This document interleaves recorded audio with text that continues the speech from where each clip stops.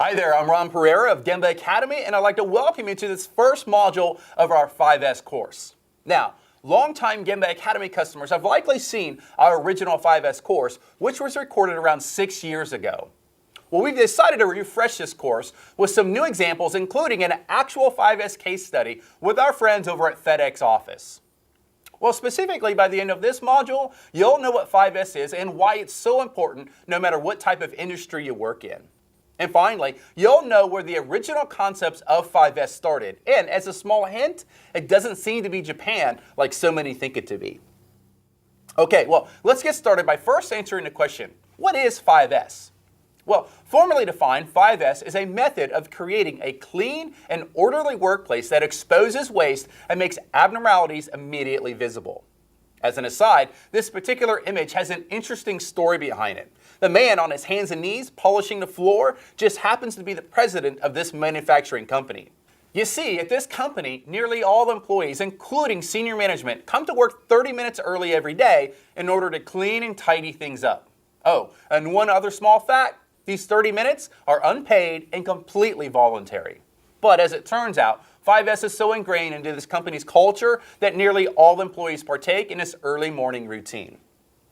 Now, with this said, while cleaning is an extremely important part of 5S, it must be said that 5S is far more than a housekeeping initiative, like so many confuse it to be.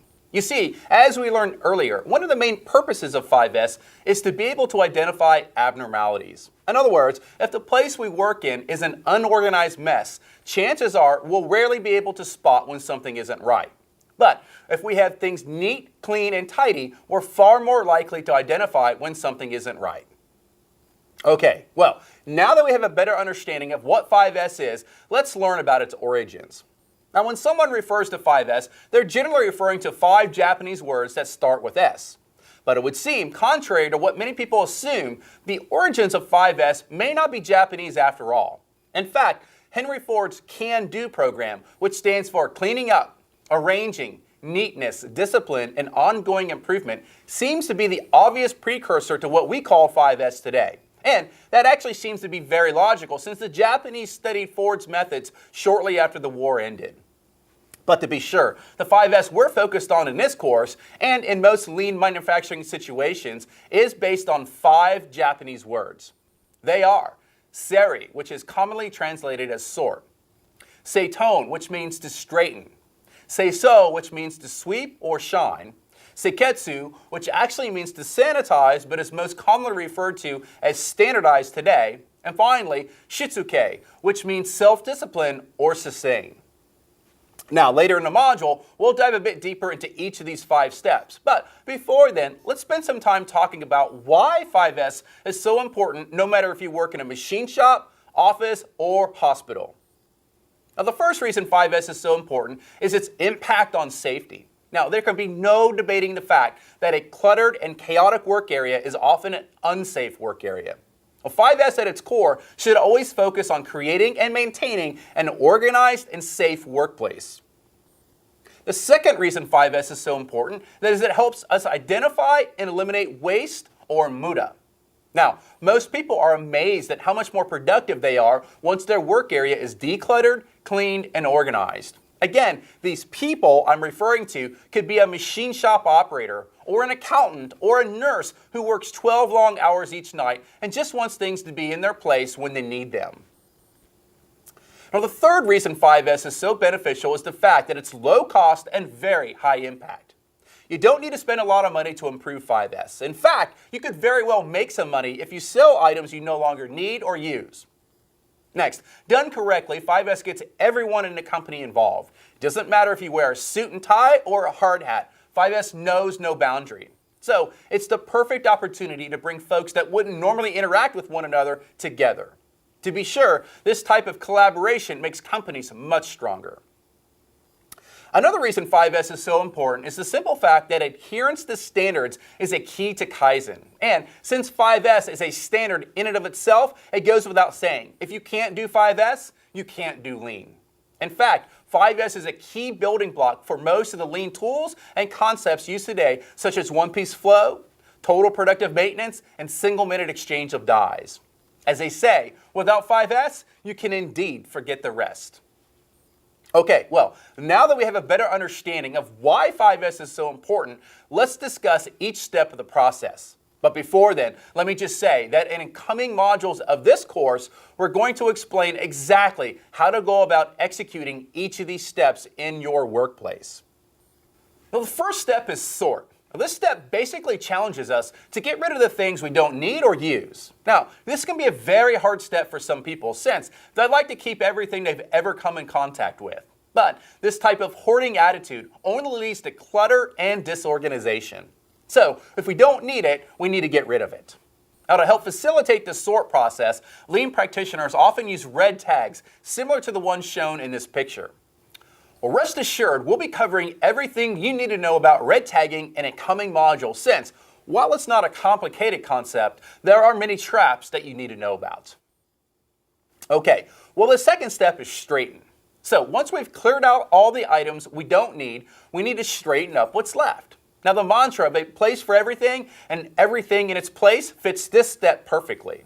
Now, here are some examples of nicely straightened drawers and toolboxes. If some tools or items were missing, it would be obvious to the owner, giving them an opportunity to find or replace the items before he or she actually needed them. Okay, well, the third step of 5S is sweep. Now, this step is also referred to as shine. Now, this is probably the most misunderstood step of all, since most assume this step simply means to grab a broom and clean up. And while good old-fashioned sweeping is definitely important, this step is far more than just cleaning. You see, the main principle behind this step is to clean to inspect. In other words, if you find yourself sweeping up the same mess day after day, you should do your very best to eliminate the source of the dirt.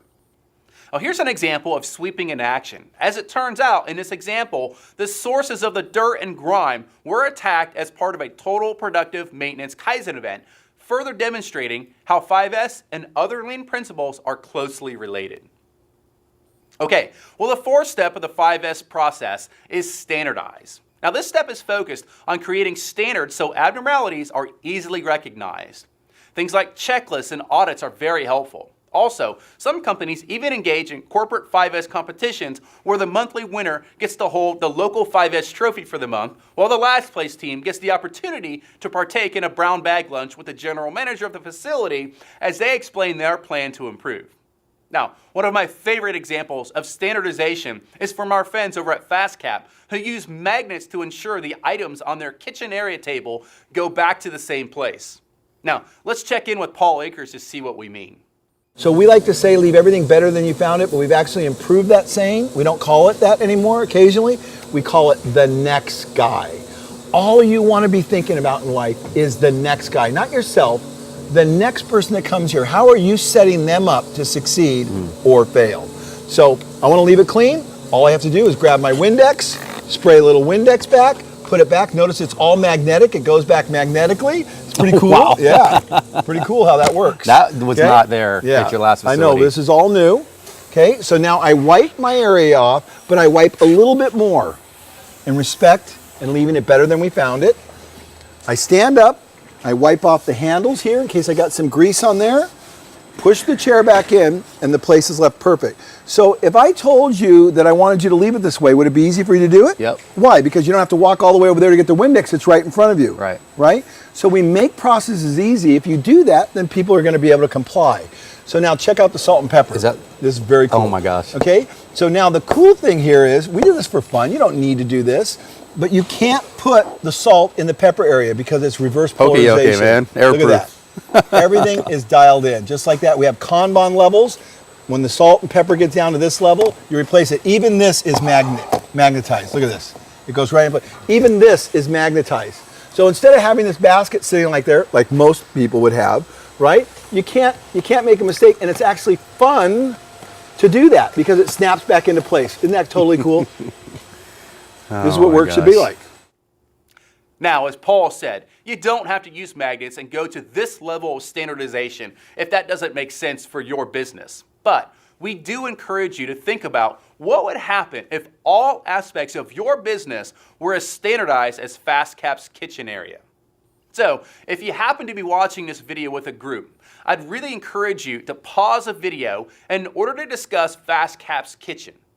Do you think this level of standardization would work in your company? Well, feel free to pause now and discuss. We'll wait on you. Okay, well, the last step of the 5S process is self-discipline. Now, the key to this step is to apply positive tension. In other words, if your 5S improvements are to sustain, it must be made clear that this is how we intend to operate as a company. Now, it's similar to a rope. If a rope is pulled tightly and someone comes along and tugs on it, we get an immediate response. However, if the rope is loose and we pull on it, we may not realize it as quickly. So this really gets back to being able to identify abnormalities. With positive tension, we can identify issues immediately. With loose or no tension, we can't tell there's an issue until the damage is already done.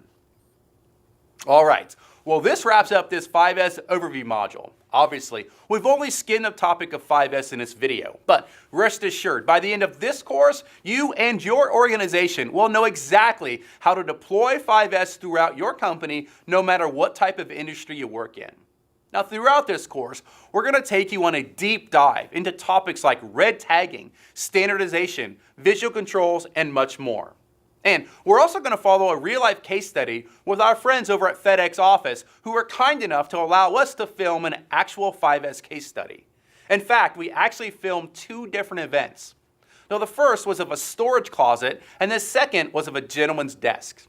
Now, we'll summarize each of these events in individual videos while also sharing certain aspects of each event as the course progresses. In fact, in the next video, we're going to visit with the FedEx office team in order to learn more about why they want to practice 5S within their workplace. So, we'll speak to you soon.